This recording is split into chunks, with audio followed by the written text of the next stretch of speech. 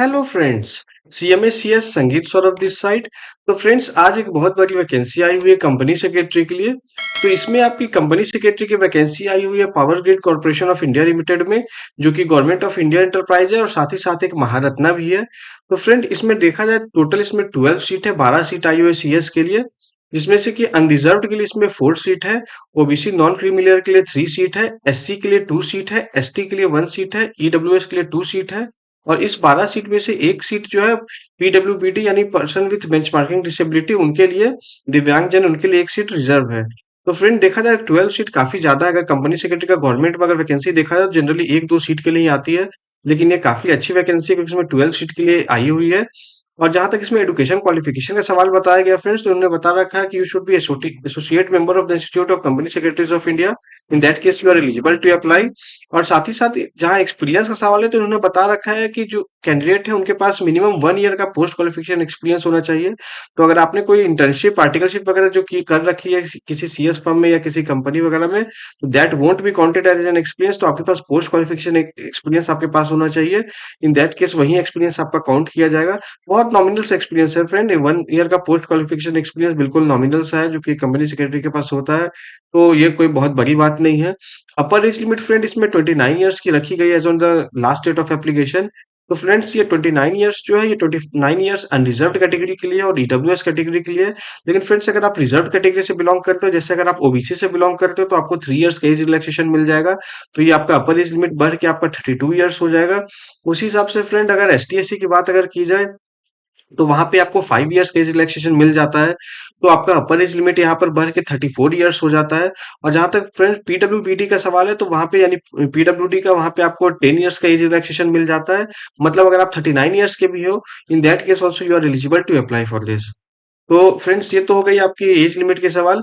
और जहां तक सिलेक्शन प्रोसेस का सवाल है फ्रेंड्स, तो यहाँ पे इन्होंने बता रखा है कि इसमें कोई रिटन एग्जामिनेशन नहीं होगी, डायरेक्टली इंटरव्यू के बेसिस पे आपका सिलेक्शन किया जाएगा। तो ये भी एक बहुत अच्छी बात है फ्रेंड, क्योंकि एक बहुत मेजर प्रॉब्लम आती है हमारी प्रोफेशनल कंपनी सेक्रेटरी वगैरह में कि रिटन एग्जामिनेशन जब उन्हें निकालना पड़ता है, तो वहां पे प्रॉब्लम क्या आती है कि वहां पे पेपर आपसे वो पूछते हैं, रीजनिंग पूछते हैं, मैथमेटिक्स पूछते हैं, डेटा इंटरप्रिटेशन पूछते हैं, जनरल स्टडीज। तो ये तो हमारे डोमेन प्रोफाइल में होता नहीं, इसको लेके काफी प्रॉब्लम आ जाता है। लेकिन यहाँ पे फ्रेंड्स इन्होंने अच्छा बता रखा है कि डायरेक्ट इंटरव्यू के बेसिस पे आपका सिलेक्शन किया जाएगा। तो वो जो टेक्निकल डिफिकल्टीज जो हमारे प्रोफेशनल्स लोगों को होती है, वो सारी चीज यहाँ पे आपको नहीं होगी। और इन्होंने बता रखा है कि आपको मिनिमम मार्क्स इंटरव्यू में, अगर आप अनरिजर्व्ड या ईडब्ल्यूएस से बिलोंग करते हो तो आपको 40% मार्क्स लाना पड़ेगा। और अगर आप एसटी एससी से बिलोंग करते हो या फिर अगर पीडब्ल्यूडी से बिलोंग करते हो या फिर ओबीसी नॉन क्रीमी लेयर से, इन दैट केस इंटरव्यू में मिनिमम आपको 30% मार्क्स लाना पड़ेगा in order to qualify for the interview. और साथ ही साथ इन्होंने बता रखा है कि इंटरव्यू जो होगी फ्रेंड्स वो बाइलैंग्युअल होगी, मतलब दो लैंग्वेज में होगी। तो आपके पास ये डिस्क्रिप्शन होगी आइदर इन इंग्लिश और इन हिंदी, आप इस इंटरव्यू को कर सकते हो। तो language won't become a bar for you. आप फ्रीली आप इसमें इंटरव्यू आप दे सकते हो। वैसे भी फ्रेंड्स, कोई भी गवर्नमेंट कंपनी की जब भी वैकेंसीज आती है पीएसयूज की, गवर्नमेंट वगैरह की, तो वहां पे आपके लैंग्वेज को लेके इन जनरल कोई प्रॉब्लम वगैरह नहीं होती है। आपके पास ऑप्शंस रहता है कि आप चाहे तो अपने आप या हिंदी में भी आप इंटरव्यू फेस कर सकते हो, या फिर आप इंग्लिश में भी कर सकते हो at the description of the candidate, जिसमें आप ज्यादा कंफर्टेबल हो। तो जनरली गवर्नमेंट एंटरप्राइज वगैरह में ये सारी प्रॉब्लम्स नहीं आती है। हालांकि इसके अगर आप देखें जाए प्राइवेट वगैरह में लिस्टेड कंपनी, वो साइड में आपको जरूर नो डाउट वो तरह आपके कम्युनिकेशन स्किल प्लस इंग्लिश वगैरह चेक करते हैं। बट जनरली गवर्नमेंट ऑर्गेनाइजेशन में इस तरह का प्रॉब्लम नहीं आती है।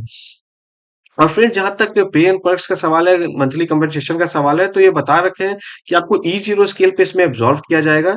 तो ई जीरो का स्केल जो करंट स्केल जो अभी चल रहा है फ्रेंड 2017 के पैटर्न पे, वहां पे आपका 30,000 बेसिक विथ 30,000 टू 1,20,000 ये आपका स्केल है, विथ एनुअल इंक्रीमेंट ऑफ 3%। तो बेसिक के ऊपर 3% आपका एनुअल इंक्रीमेंट हर साल होगा, मतलब 30,000 का 300, यानी अगले साल आपका 30,900 का आपका बेसिक हो जाएगा। और अगर बेसिक आपका बढ़ेगा तो उसी हिसाब से आपका एचआरए पर्क वगैरह उसी हिसाब से आपका बढ़ जाएगा। साथ ही साथ इन्होंने बता रखा है इसके ऊपर आपको आईडीए यानी यानी इंडस्ट्रियल डियरनेस अलाउंस आपको दिया जाएगा। करंटली समवेयर अराउंड 46% आसपास आपका है। तो बेसिक 30,000 प्लस आपका 30,000 का 46%, आप मान के चलिए रफली आपका 14,000 रुपीज आसपास हो गया। तो वो आपका आईडीए हो जाएगा।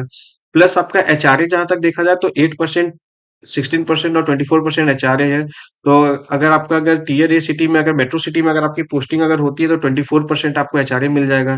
टीयर बी सिटी में अगर आपके वो की 16% बन जाएगी और टीयर सी में आपकी 8% बढ़ जाएगी। तो वो आपको कैलकुलेट कर लो, 24% आसपास आपको एचआरए मिल जाएगा मेट्रो सिटी में, क्योंकि जनरली कंपनी सेक्रेटरी पोस्टिंग जो कॉर्पोरेट ऑफिस में ही होती है, तो मोस्ट लाइकली है कि आपको इसमें 24% ही आपको मिलेगी। और साथ ही साथ पर्क इन्होंने बता रखा है, पर्क आपको 35% ऑफ बेसिक आपको दिया जाएगा। तो ये तो आपकी हो गई टोटल रिइंबर्समेंट सैलरी के सवाल है। इसके बाद भी फ्रेंड्स आपको बहुत सारे अदर बेनिफिट वगैरह दिए जाएँगे, जैसे आपको पीएफ वगैरह जो है आपकी डिडक्शन की जाएगी, उतनी सेम मैचिंग अमाउंट आपके एम्प्लॉयर जो है पीएफ में आपको जमा करेंगे। और बहुत सारे अदर बेनिफिट भी आपको इसमें दी जाएगी, जैसे इन्होंने बता रखा है कि मोबाइल कॉल चार्जेस, रेंटल ये सारी चीज़ पेमेंट करेंगे। तो इसके अलावा ग्रेच्युटी हो गई आपकी।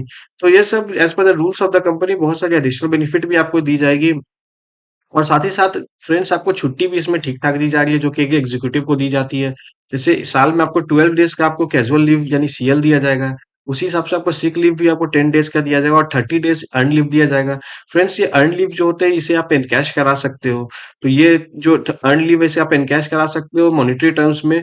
तो इसलिए इसे लोग एक्युमुलेट करते हैं, जो भी पीएसयूज़ वगैरह में जो इतने भी एम्प्लॉयी वगैरह एक्युमुलेट करते हैं और जब उन्हें लगता है एनकैश कराना होता है तो इसे एनकैश करा सकते हैं। हालाँकि फ्रेंड्स कैजुअल लीव जो होती है वो लैप्स कर जाती है, तो आपको उसी जो आपकी जो ईयर होती है चाहे वो कैलेंडर ईयर या फिर financial year, depending upon the company वो किस बेसिस पे लेते हैं, जनरली कैलेंडर ईयर ही चलती है। तो आपकी ये 12 डेज़ लैप्स कर जाती है, लेकिन सिक लीव जो कैरी फॉरवर्ड होती है, सपोज़ आपने अगर साल भर में अगर आपने 5 ही लीव लिया तो और 10 डेज़ की लीव आपको दी जा रही है, तो 5 डेज़ की लीव आपकी कैरी फॉरवर्ड हो जाती है, तो ये भी आपकी एक एडिशनल बेनिफिट हो जाती है। और फ्रेंड जहाँ तक स्टार्टिंग डेट ऑफ एप्लीकेशन का सवाल है फ्रेंड, तो starting date of application already start हो चुकी है 19th ऑफ अप्रैल 2024 से, और 11th मई 2024 इसकी क्लोजिंग डेट ऑफ एप्लीकेशन है। और इसमें इन्होंने बता रखा है, यूआरएल इन्होंने दे रखा है http powergrid.in। यहाँ पर इसके करियर सेक्शन पर जाके फ्रेंड आप अप्लाई ऑनलाइन इसकी एप्लीकेशन आप फाइल कर सकते हो। तो आपकी ऑनलाइन एप्लीकेशन इसमें फाइल हो जाएगी। और एप्लीकेशन फी का जहाँ तक सवाल है, तो इन्होंने बता रखा है कि एप्लीकेशन फीस में ₹400 है। तो आप ऑनलाइन एप्लीकेशन फीस में आप ₹400 का आपको जमा करनी पड़ेगी ऑनलाइन एप्लीकेशन फी के लिए। और फ्रेंड जहाँ तक आपके online starting date of application, मैंने पहले ही बता दिया कि 19th April starting date of application है, closing application 11th of May है। और इम्पोर्टेंट फ्रेंड जो कट ऑफ डेट का जो सवाल है, इन्होंने बता रखा है कि age on last date of closing of the application, यानी 11th मई 2024 आपकी कट ऑफ डेट रिकॉग्नाइज की जाएगी।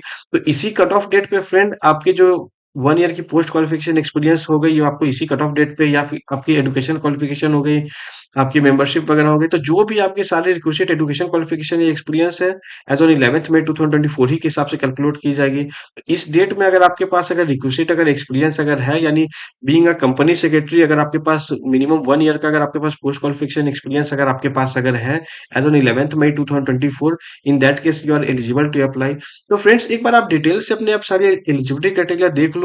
एज़ पर अगर आप मेरे आप सजेशन बोलोगे तो ये काफ़ी अच्छी वैकेंसी है, क्योंकि 12 सीट कंपनी सेक्रेटरी में आना एक बड़ी बात होती है। और साथ ही साथ फ्रेंड्स आपको ईज़ी स्केल में एब्ज़ॉर्ब कर रहे हैं, तो एक आपको बेसिक भी इसमें अच्छा है, प्लेस ऑफ पोस्टिंग अच्छा है। मोस्ट इम्पोर्टेंट एक एक महारत्न कंपनी है, तो यहाँ पे आपको एक काफ़ी अच्छा एक्सपोज़र मिलेगा। हालाँकि फ्रेंड एक जो वैकेंसी आई हुई है कॉन्ट्रैक्ट पे आई हुई है, लेकिन एक एडवांटेज क्या होता है फ्रेंड, जब आप एक महारत्न कंपनी में आप अगर कंपनी सेक्रेटरी डिपार्टमेंट में आप काम करते हो बीइंग अ कंपनी सेक्रेटरी, तो उसके बाद बहुत सारे अदर महारत्ना वगैरह में वैकेंसीज आती रहती है, जहाँ पर वे लोग, तो वहाँ पे अगर आपने ऑलरेडी महारत्ना में या फिर किसी गवर्नमेंट कंपनी में आपने काम कर रखा है, तो वहाँ पे आपको इंटरव्यू में आपको बहुत बड़ा एक आपको एड ऑन मिलता है, जो परमानेंट वैकेंसी वगैरह आती है, तो वो उसको लेते हुए। तो फ्रेंड एक बार अपनी आप एलिजिबिलिटी क्राइटेरिया देख लो, ये काफ़ी अच्छी वैकेंसी आई हुई है, काफ़ी नंबर ऑफ सीट भी काफ़ी ज़्यादा है। अगर आप थोड़े से स्ट्रैटेजिकली आप अच्छे से अगर आप इसमें प्रिपरेशन करते हो इंटरव्यू वगैरह के लिए, प्लस आपने थोड़ा अच्छे से अगर अपने वर्क प्रोफाइल में आपने अगर काम कर रखा है, तो इसकी में आपको काफ़ी ज़्यादा हेल्प मिलेगी। तो it's a must to apply vacancy for company secretary. तो मेरी सजेशन रहेगी कि आप इसमें आप ज़रूर आप अप्लाई करें, क्योंकि इसमें अगर आपकी सिलेक्शन अगर हो जाती है फ्रेंड, तो इसके आगे फर्दर आपका करियर प्रोग्रेशन काफ़ी अच्छा रहेगा। ना सिर्फ इस कंपनी में, बल्कि अगर आप दूसरे महारत्ना कंपनी वगैरह में कंपनी सेक्रेटरी की वैकेंसी आती है, वहाँ पर भी आपके सिलेक्शन होने के चांसेस काफ़ी हाई हो जाएगी। Friends, this is all government job updates as of now. Very soon I'll come up with updates on another government job vacancies. Till then, take care and subscribe our channel. Thank you.